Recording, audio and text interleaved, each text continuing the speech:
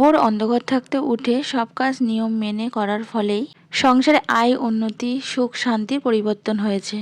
শুভ সকাল বন্ধুরা, আমি টুকুন। আমার এই ব্লগ চ্যানেলে সকল বন্ধুদেরকে জানাই অনেক অনেক স্বাগত, অনেক অনেক ভালোবাসা। তোমরা সবাই কেমন আছো? আশা করছি যে যেখানেই আছো সবাই খুব ভালো আছো আর সুস্থ আছো।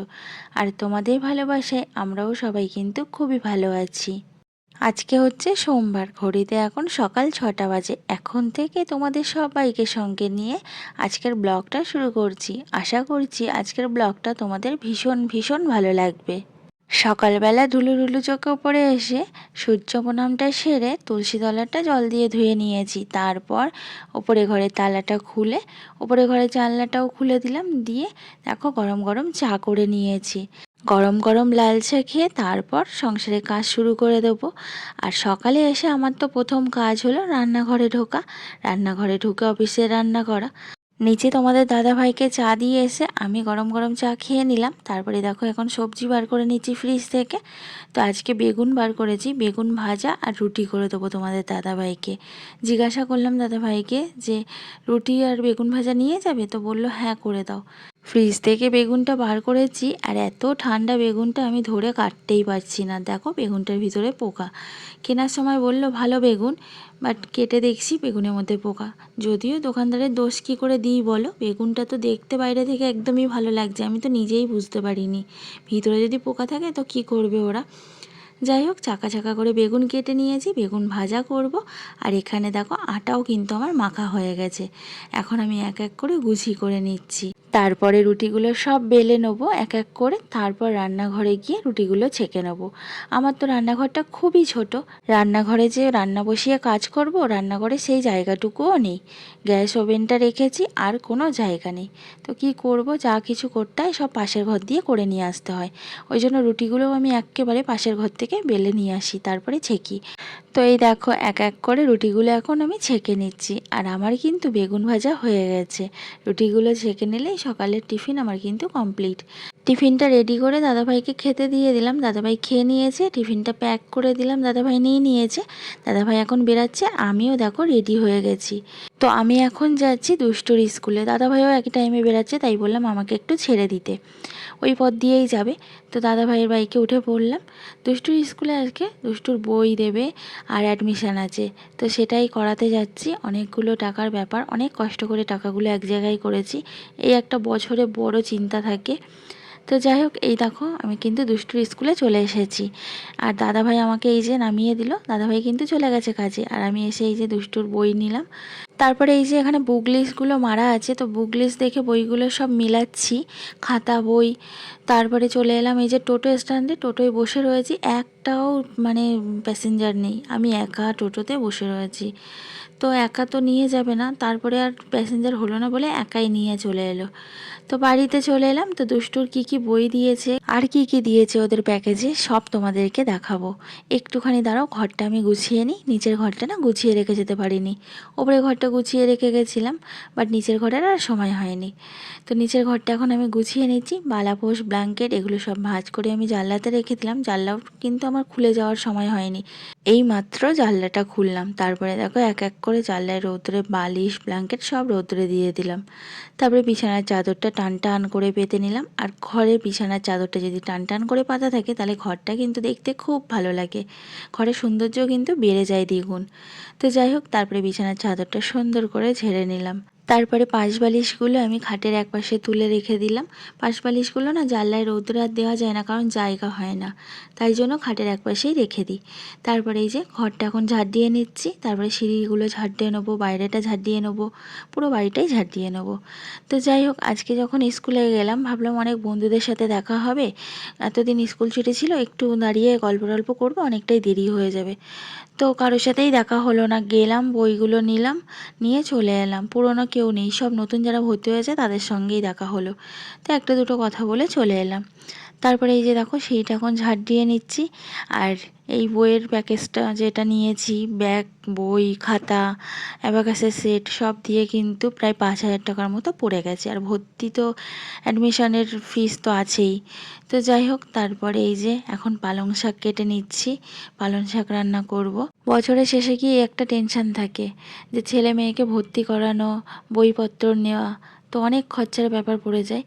তো মধ্যবিত্ত পরিবারে না একটু টান হয়েই যায় এই বছরের শেষটা, কিছু করার নেই, ওদের তো মানুষের মতো মানুষ করতে হবে। এই বছরের শেষে সবাই এখন কত আনন্দ করে, পিকনিক করে, ঘুরতে যায়, কত কিছু চিন্তা থাকে। আর আমাদের মাথায় একটাই চিন্তা, ছেলে মেয়েদের ভর্তি করতে হবে, বইপত্র নিতে হবে, সেখানে অনেক টাকা পয়সার ব্যাপার। তো যাই হোক, পালং শাকটা কাটা হয়ে গেছে। আর এখানে দেখো দুষ্টু বড় নতুন বই দেখে এক্সাইটেড ভীষণ, ও কখন বইগুলো দেখবে, খাতাগুলো দেখবে। আর ওদের ব্যাগটা না চেঞ্জ করে দিয়েছে। ও যখন আগে স্কুলে যেত তোমরা দেখেছো ওর ব্যাগটা, বাট এবার দেখছি একদম সব কিছু চেঞ্জ করে দিয়েছে। তো ওদের এবার এরকম ব্যাগ করেছে। তারপরে এই যে এখন এক এক করে ও খাতা বার করছে, তো তোমাদেরকে দেখাবো কি কি বই দিয়েছে। ও তো এখন ক্লাস 1-এ উঠলো, ক্লাস 1-এর বই কত, শুধু দেখে তোমরা বলবে, মাথা আমার তো খারাপ হয়ে যাচ্ছে বই দেখে, মানে এত বই। ভাতটা বসিয়ে পালং শাক কাটতে বসেছিলাম, তো পালং শাক কেটে উঠে দেখি ভাতটা হয়ে গেছে, তো ভাতটা নামিয়ে নিলাম। আর এই দেখো দুষ্টুর বই দিয়েছে। তো এক এক করে দেখো সব দেখাচ্ছি বইগুলো। তো এখানে কিন্তু সব রকমের বই আছে, আর সব কিন্তু ইংলিশ, বাংলা কিন্তু খুবই কম, কারণ ওদের সেকেন্ড ল্যাঙ্গুয়েজ বাংলা। তো ইংলিশেই সব কিছু। তো দেখছো কত বই, ওকে কিভাবে যে আমি পড়াবো আমি শুধু সেটাই ভাবছি। বাংলা এই যে একটা আছে, এটা হাতের লেখা, আর এই যে একটা আছে পড়ার বই, আর মনে হয় আর একটা আছে। তো যাই হোক, এটা হলো ইংলিশ গ্রামার, এই যে একটা এসো শিখি ব্যাকরণ। তো এই তিনটে বাংলা, আর সব কিন্তু মানে ইংলিশ। এটা হলো অ্যাবাকাস, এবার থেকে মানে এই ক্লাস 1 থেকে অ্যাবাকাস আছে। তো আবার একটা অ্যাবাকাসে টিউশন দিতে হবে, মানে খরচার পর খরচা, বা ছেলে মেয়ে মানুষ করতে গেলে ভালো করে খরচা করতে হবে, তাছাড়া আর কোনো উপায় নেই। আর এই যে এগুলো সব খাতা দিয়েছে, 19টা খাতা দিয়েছে। আর এই যে বই, অ্যাবাকাসের সেট, আর একটা দিয়েছে আর্ট ফেস্টিভ্যাল, এর মধ্যে হাতের কাজের জিনিস আছে, নানান রকমের হাতের কাজ বানাতে হবে। আগে ড্রয়িং ছিল, ড্রয়িংটা আর নেই, ড্রয়িংয়ের বদলে এই যে আর্ট ফেস্টিভ্যাল। তো যাই হোক, এত কিছু বই, এত খাতা, মানে বুঝতে পারছো ওইটুকুনি বাচ্চাও কীভাবে যে মাথায় রাখবে, আমি তো সেটাই ভাবছি। তো জানি না 1-এর ক্লাসটা কেমন হবে। তারপরে এই যে দেখো ব্যাগ দিয়েছে, এই ব্যাগটার দামই ধরেছে 450 টাকা, মানে আমি ভেবে পাচ্ছি না এই ব্যাগটার দাম 450 টাকা। তো যাই হোক, এই দিয়েছে প্যাকেজ। তো তারপরে এই যে চলে এলাম রান্নাঘরে, রান্নাঘরে এসে এখন এই যে পালং শাক করে নিচ্ছি। পালং শাকটা হয়ে গেছে, এবার নামিয়ে নেবো। নামানোর আগে একটু চিনি দিয়ে দিলাম, চিনিটা দিয়ে ভালো করে নাড়িয়ে নিচ্ছি, চিনিগুলো না হলে গলবে না। তো একটু নাড়াচাড়া করে তারপরে পালং শাকটা নামিয়ে নেব। তো পালং শাকটা নামিয়ে এই যে চলে এলাম, আমি ইন্ডাকশানে ডাল বসিয়েছিলাম, তো ডালটা এখন সম্বার দিয়ে নিচ্ছি, মানে ফোড়ন দিয়ে নিচ্ছি, পেঁয়াজ আর শুকনো লঙ্কা ফোড়ন দিয়েছি। তো ডালটা ফোড়ন দিয়ে এখন এবার যাব রান্নাঘরে।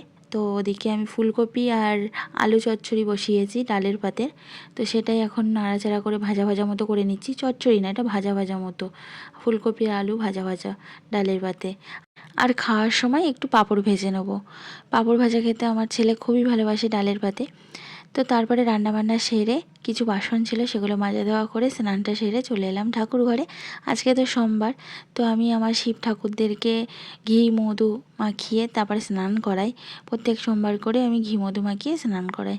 তো এই দেখো এক এক করে আমার ভোলে বাবাদের ঘি আর মধু মাখিয়ে নিচ্ছি সারা গায়ে। তো তোমরা কে কে এরকম প্রত্যেক সোমবারে ঘি আর মধু মাখাও ভোলে বাবাকে, তারপর স্নান করাও? যারা যারা করো কমেন্টস বক্সে কিন্তু অবশ্যই জানিও। তো দেখো তারপরে এই যে এখন আমি স্নান করিয়ে নিচ্ছি ভোলে বাবাদেরকে, তারপরে গা পুছিয়ে আসনে তুলে দেবো। পুজো দিতে দিতে চলো আমার মিষ্টি বন্ধুদের কিছু কমেন্টস পড়ে নিই। রিনা দিদিভাই কালকের ভিডিওতে কমেন্টস করেছিল ফুলকপিটা না সত্যি তাজা ছিল। সত্যি দিদিভাই, কালকে তো আমার বড়মশাই গেছিলো বাজার করতে, তো ফুলকপি দুটো এত সুন্দর এনেছিল, আমারও না খুব পছন্দ হয়েছে, একদম তাজা ফুলকপি এনেছিল। স্বপ্না দেবনাথ দিভাই কমেন্টস করেছে খুব সুন্দর ভিডিও, অনেক ভালোবাসা রইল। দিভাই আমার তরফ থেকেও তোমার জন্য অনেক অনেক ভালোবাসা রইল। শারমিন লাইফস্টাইল আপু কমেন্ট করেছে দিদি অনেক অনেক ভালোবাসা দিয়ে ভিডিওটা দেখা শুরু করলাম। অনেক অনেক ধন্যবাদ দিভাই আমার ভিডিওটা দেখার জন্য। টুম্পা দিভাই কমেন্টস করেছে দিভাই তোমার ছাদে ভীষণ রোদ, আমরা একটুও রোদ পাই না, তোমার ভিডিওটা খুব ভালো লাগলো। হ্যাঁ দিদিভাই, সকালবেলায় খুব সুন্দর রোদ আসে আমাদের ছাদে, বেলা হয়ে গেলে রোদ চলে যায়। আমার ভিডিওটা ভালো লাগার জন্য আর আমার পাশে এইভাবে থাকার জন্য তোমাকে অনেক অনেক ভালোবাসা জানাই দিভাই। আজকে এই পর্যন্ত, নেক্সট দিন অন্য বন্ধুদের নাম নিয়ে নেবো। তো দুষ্টুটা ছাদে খেলা করছিল। ভিডিওটা এখানে শেষ করছি, ভালো লাগলে লাইক করো আর কমেন্টস করে জানিও কেমন লাগলো। চ্যানেলটা সাবস্ক্রাইব করতে একদম ভুলো না কিন্তু। আবারও দেখা হচ্ছে কালকের একটা নতুন ভিডিওতে তোমাদের সঙ্গে, ততক্ষণ অবধি সুস্থ থেকো, ভালো থেকো।